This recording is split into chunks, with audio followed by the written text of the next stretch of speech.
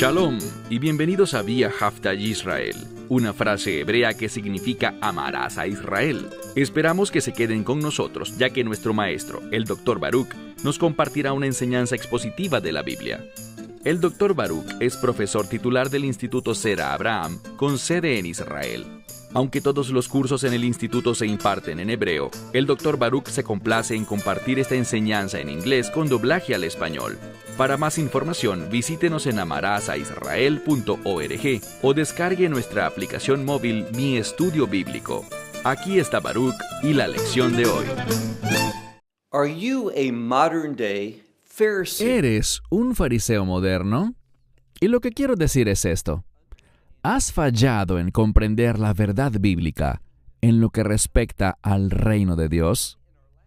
Hemos visto en nuestros dos últimos estudios que existe una relación directa entre comprender adecuadamente el Shabbat, es decir, el día de reposo, y una comprensión adecuada del reino de Dios.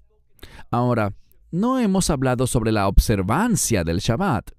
Lo que hemos discutido es la comprensión del día de reposo, su mensaje, lo que Dios hizo en ese primer Shabbat, después de los 6 días de la creación, y cómo eso debería impactar nuestra forma de pensar y nuestra forma de comportarnos. Dicho esto, toma tu Biblia y ve conmigo al Evangelio de Lucas, capítulo 14. Libro de Lucas, capítulo 14. Al final de nuestro último estudio, vimos que el Mesías dijo algo. Él nos enseñó a no andar buscando cosas terrenales, sino que debemos vivir de cierta manera. Específicamente nos instruyó a comportarnos de manera humilde, no pensando en bendiciones terrenales, sino demostrando un genuino interés en las bendiciones del reino. Cuando comprendemos adecuadamente el Shabbat, tomaremos decisiones sabias que tienen implicaciones para el reino. Eso es lo que somos llamados a hacer.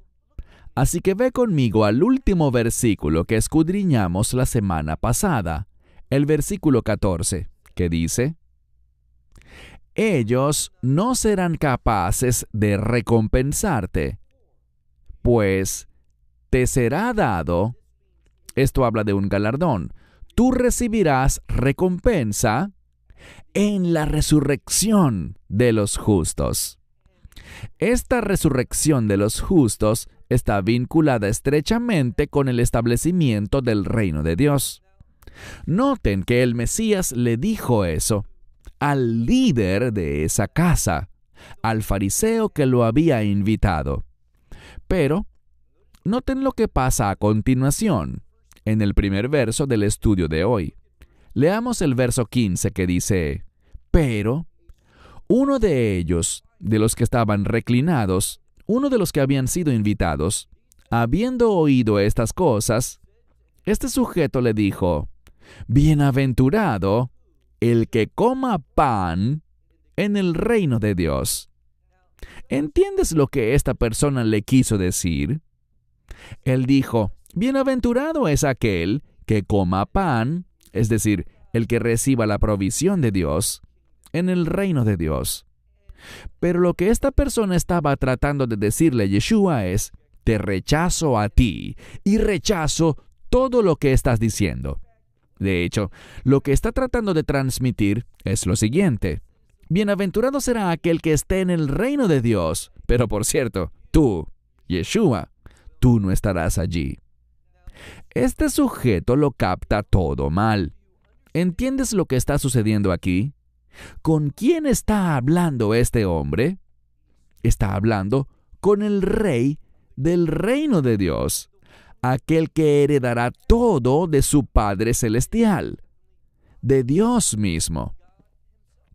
Por lo tanto, esta persona no entiende el Shabbat, ni tampoco entiende la identidad de Yeshua. Y este es el problema. Si no entendemos las cosas fundamentales en la palabra de Dios, no entenderemos las cosas más significativas. Y me refiero a la identidad de este hombre llamado Yeshua Mei Nesrat, es decir, Jesús de Nazaret. Entonces, él dice, bienaventurado o feliz, es lo mismo, aquel que coma pan en el reino de Dios. Verso 16. Pero él le dijo, ¿y quién habla ahora? Yeshua. Él compartirá otra parábola. Yeshua le dijo a él, cierto hombre hizo una gran cena. Esta palabra puede implicar una cena, una comida, pero generalmente se usa en relación a una celebración mayor, una celebración que con frecuencia tiene algún tipo de significado bíblico, como podría ser un matrimonio, o quizá el nacimiento de un niño, una circuncisión, algo que tiene una conexión bíblica. Por lo tanto, dice, cierto hombre preparó una gran cena e invitó a muchos. Verso 17. Entonces su deseo era ver a muchas personas acudir a su evento. Verso 17. Y envió a su siervo por causa de la hora de la cena, es decir, cuando llegó el momento, a que fuera y hablara con los que habían sido invitados. ¿Y qué les iba diciendo? A mitad del verso 17 leemos, vengan, porque todo está preparado ya, todas las cosas. Si conoces hebreo moderno, esa palabra ya se usa con mucha frecuencia. En hebreo moderno es la palabra kavar, y lo que significa es que todo ha sido logrado. Todo ya está preparado. Y por lo tanto, lo que él busca es una respuesta que las personas que han sido invitadas respondan a su invitación. Recuerden esto. Él quiere que las personas respondan a su invitación para acudir a este gran banquete. ¿Y qué crees que se nos está enseñando aquí? Bueno, de nuevo, debemos recordar que hemos venido hablando sobre el Shabbat. Y el Shabbat, como dije en nuestro primer estudio del capítulo 14, y la semana pasada en nuestro segundo estudio, el Shabbat está relacionado con el reino de Dios. Por lo tanto, esta invitación, si entendemos lo que está sucediendo en esta parábola, la invitación no es solo para una comida, no solo para una celebración terrenal, sino que es una ilustración sobre ser invitados al reino de Dios. Y esa es la mayor invitación que una persona puede recibir. Entonces, este siervo, su siervo, salió a la hora del banquete y habló con los que habían sido invitados y les dijo, vengan, porque todo está preparado ya. Versículo 18. Noten que este banquete es un gran banquete, y vamos a ver que la palabra que se usa para describir a este anfitrión, al que organiza este banquete, describe a alguien que es muy adinerado. Se le llama el amo de la casa. Se trata de alguien que tiene muchísimos recursos y que ha dispuesto a utilizarlos para esta comida, para esta celebración. Pero noten lo que pasa, verso 18. Y comenzaron uno a uno, es decir, desde el primero hasta el último, todos comenzaron a poner excusas. Seguimos en el verso 18. El primero le dijo, un campo he comprado y tengo la necesidad de ir allí para verlo. Te pido que me excuses. Hay algo aquí que no tiene mucho sentido. Ya él compró el campo. Su necesidad de ir a ver el terreno debió haber ocurrido antes de actuar y de concretar la transacción. Pero a este punto ya todo pasó. Lo que esto nos indica es lo siguiente. Esta persona está tan emocionada por el campo que compró que prefiere ir a ese lugar y contemplar lo que ha comprado en vez de aceptar la invitación y asistir a este banquete. Esto demuestra que él está más comprometido con esta experiencia terrenal, con esta compra terrenal, en lugar de lo que representa este banquete, y eso es el reino de Dios. Pasemos al verso 19. Y otro dijo: 5 yuntas de bueyes he comprado, y voy a probarlas. Ahora, de nuevo, es una compra que ya se ha realizado, está en el pasado, pero sin embargo, lo que vemos es lo siguiente: este hombre está más interesado, más comprometido, más emocionado por probar estas 5 yuntas de bueyes que ha comprado, ¿en lugar de qué? En lugar de asistir al gran banquete. Y de nuevo, vemos repetirse la misma lección. Estos dos sujetos tenían un mayor interés, un mayor compromiso con las cosas de este mundo, en lugar de tenerlo con el reino de Dios. Esto es lo que se está refiriendo en este pasaje, y esto es lo que el lector debe comprender. Ahora, siguiendo la lectura, él dice: te pido que me excuses. Verso 20. El verso 20 se refiere a otro invitado. Y muchos que leen esto piensan que entre los 3 hombres, este último sí tenía una razón legítima, una razón válida. Pero lo que quisiera sugerirles es que él tenía la peor razón. ¿Por qué? Bueno, siempre necesitamos entender el contexto de los pasajes. Cada pasaje en las Sagradas Escrituras fue escrito por judíos. Incluso este libro de Lucas.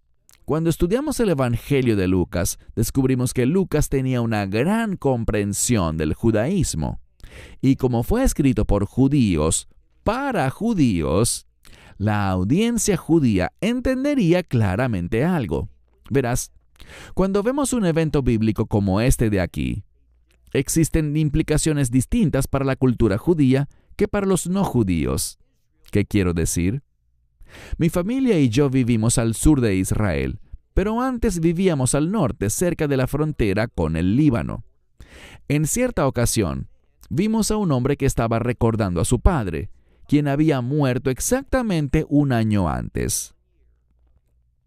Por lo tanto, la costumbre es que su hijo, aunque ya pasó el tiempo de duelo, por ser el aniversario de la muerte de su padre o de su madre, prepare una comida en la sinagoga.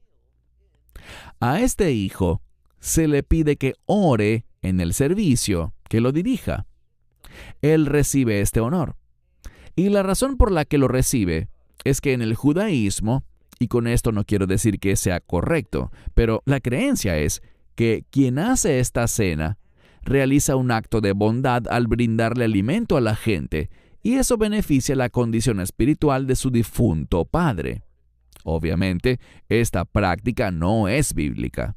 La Escritura dice que está establecido para el hombre que muera una vez y después de eso el juicio. Esta es una falsa enseñanza que también abunda en el catolicismo, conocida como el pago de indulgencias, dar dinero en nombre del difunto para reducir su tiempo en el purgatorio. La Biblia no habla de ningún purgatorio. Esa es una falsa doctrina. Pero lo que quizás no sepas es que este concepto del sufrimiento después de la muerte, por un periodo de tiempo, o el purgatorio, no se originó en el catolicismo, fue tomado del judaísmo. Es incorrecto que el catolicismo lo enseñe y es incorrecto que el judaísmo lo enseñe. Es algo falso. Pero esta es la costumbre. Por lo tanto, lo que entendemos es lo siguiente. Si sucede otro evento, puedes compartir una comida así, pero con otro propósito. Y elevar, es decir, darle una mayor importancia, elevar la trascendencia de esa comida. Por ejemplo, y esta es una historia real. Me encontraba en una sinagoga al norte de Israel, y un hombre estaba haciendo justo eso, celebrando lo que se llama el Yarzeit, en memoria de su padre. ¿Y qué pasó? Bueno, le dijeron que había una pareja joven que acababa de casarse, pero no tenían recursos necesarios para celebrar una recepción. Por tanto, le pidieron a este hombre si podría tomar su comida y permitirles organizar una recepción. El hombre accedió de inmediato. ¿Por qué? Porque una boda es un evento principal dentro del judaísmo. Es el establecimiento de un pacto matrimonial. Por lo tanto, este hombre estaba feliz, puesto que esa acción le daba mayor peso a la comida en memoria de su padre. Y de nuevo, esta costumbre no es adecuada, no es bíblicamente correcta, pero es el contexto. Noten lo que sucede aquí. Pasemos al siguiente versículo.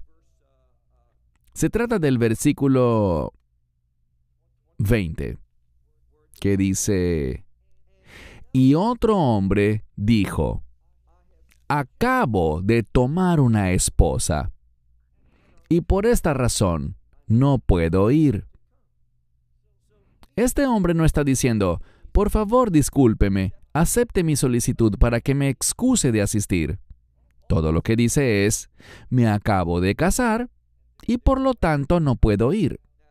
Quizá no sepas esto, pero una parte de las bodas judías es que durante las próximas 6 noches, la primera noche tenemos una bendición y las siguientes 6 noches tenemos 6 bendiciones adicionales. Y estas bendiciones se pronuncian al momento de la comida. Por lo tanto, alguien que acaba de casarse, como vemos, no puede hacer otra cosa. Tiene que ser parte de lo que se conoce como Sheva Berajot, las 7 bendiciones, con el fin de completar su proceso matrimonial. Por lo tanto, él pudo haber asistido. De hecho, podría haber cambiado el estatus de este gran banquete en algo más, en un banquete de bodas. Esto debería hacernos reflexionar un momento, porque habrá un gran banquete en el reino celestial, el cual se conoce como el banquete de las bodas del Cordero. Pero ¿qué sucede? Este hombre no tiene interés alguno en participar en ese gran banquete. Noten lo que dice. Pasemos al verso 21. Y aquel siervo, al llegar, anunció a su señor estas cosas. Y aquí está la palabra de la que les hablaba antes. Esta es la palabra despatos, que es un término griego que significa el amo de la casa, aunque sería mejor si lo tradujéramos como el amo de una gran propiedad. Continuando dice que este amo de la casa se enfureció y le dijo a su siervo: sal rápidamente a las calles y a los callejones de la ciudad, y al pobre, al discapacitado, al cojo y al ciego traerás aquí. Noten esto. ¿Qué está haciendo? Él está trayendo y hay un cambio. No habla de los que fueron invitados, tocaremos ese punto en un momento, sino que le ordena al siervo traer a aquellos que son marginados por la sociedad. Como dice aquí, a los que son pobres, a los cojos, a los discapacitados y también a los ciegos. Dice, tráelos aquí. Mira ahora el verso 22. Y el siervo dijo: Señor, se ha hecho como has ordenado. Así que este siervo es obediente. Él cumple los mandatos, las instrucciones de su amo. Y añade, mira al final del verso 22. Él dice, y todavía hay lugar, lo que significa que aún queda espacio para otros. Verso 23. Y el Señor dijo al siervo, y noten el cambio. Antes leímos simplemente que cierto hombre estaba celebrando un gran banquete. Así es como se le refirió inicialmente, cierto hombre. Mas luego ocurrió un cambio y se le llamó el amo de la casa. Un término de honor, un término de poder, un término que habla de recursos y autoridad. Pero, como vemos ahora, ocurre un cambio adicional.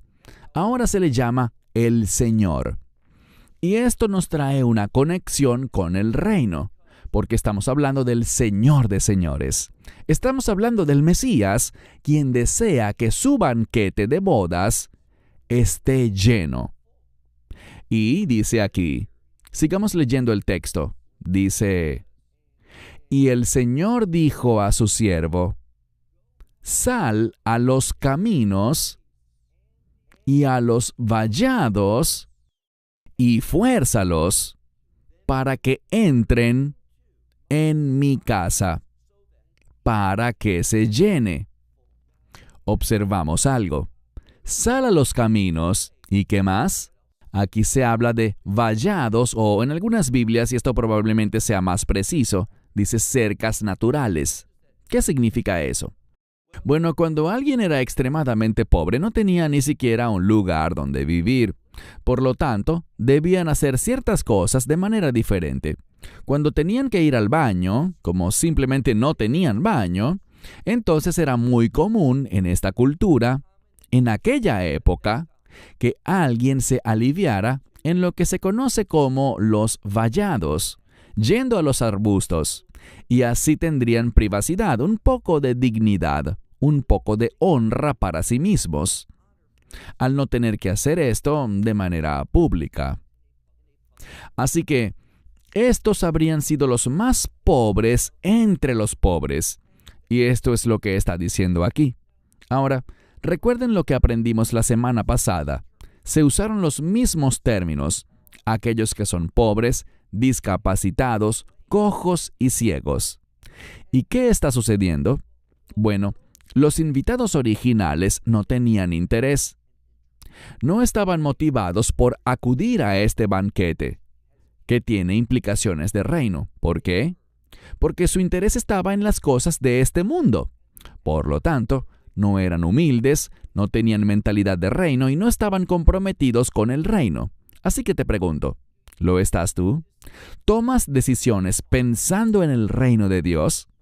¿Tomas decisiones con el fin de acumular recompensas en el reino de Dios?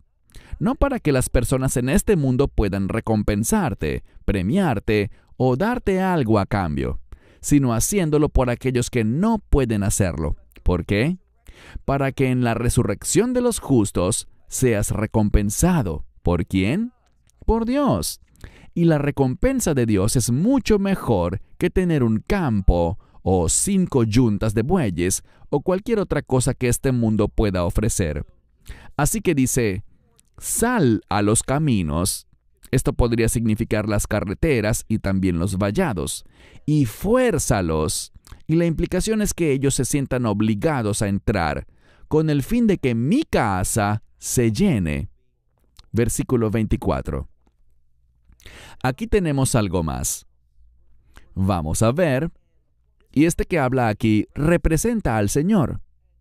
¿Qué va a decir? Muy claramente dice el verso 24.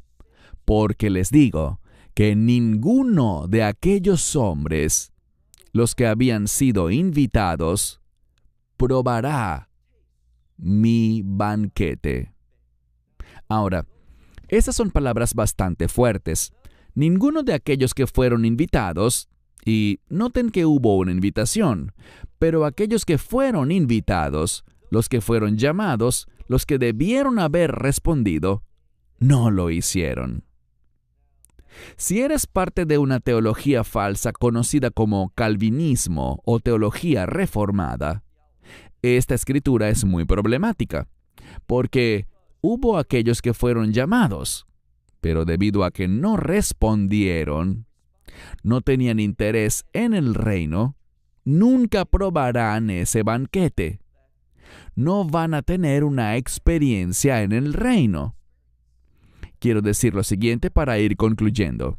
Dios te ama. Y Dios no solo dice que te ama, sino que Él ha demostrado su amor por ti. ¿Cómo? Al enviar a su Hijo unigénito a este mundo para morir una muerte cruel, una muerte bárbara, sobre una cruz. Y antes de ser crucificado, sabemos que Él fue flagelado intensamente. Él sufrió porque Dios te amó a ti al extremo. Y ahora Él hace una invitación. Y ten la seguridad de algo.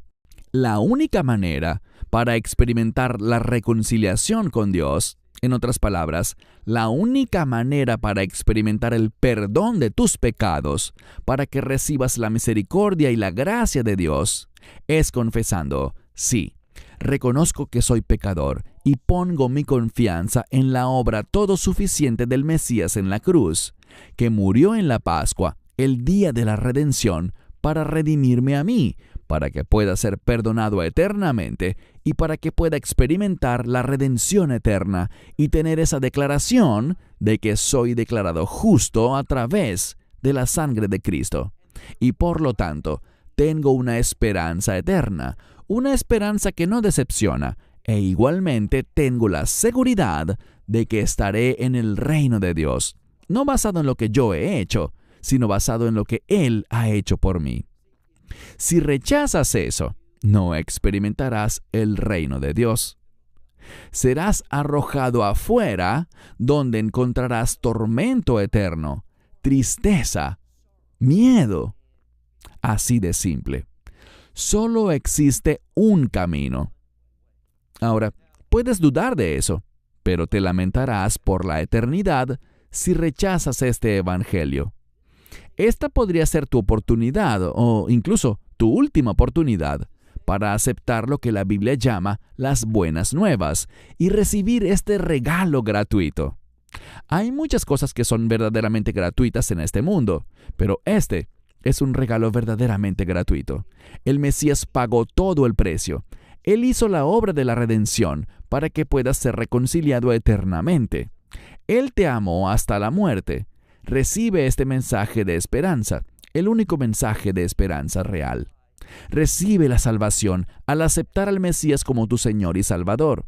Confiesa tus pecados y cree que Él no solo murió, sino que al tercer día resucitó de entre los muertos, manifestando esa gran victoria que quiere compartir contigo, una victoria de reino que te permitirá conocer el verdadero gozo y entrar a esa gran experiencia del banquete en el reino de Dios. Shalom. Esperamos que te hayas edificado con el mensaje de hoy y lo compartas con otros. Te invitamos a seguir nuestros estudios cada semana por este canal y por el portal de YouTube de Amarás a Israel. También puedes descargar nuestra aplicación móvil gratuita, Mi Estudio Bíblico. Finalmente, para obtener más información sobre nosotros, visita nuestra web amarasaisrael.org, donde encontrarás otras conferencias de Baruch en audio, video y texto. Hasta el próximo programa. Que el Señor te bendiga en Yeshua HaMashiach, Jesús el Mesías, mientras caminas con Él. Shalom desde Israel.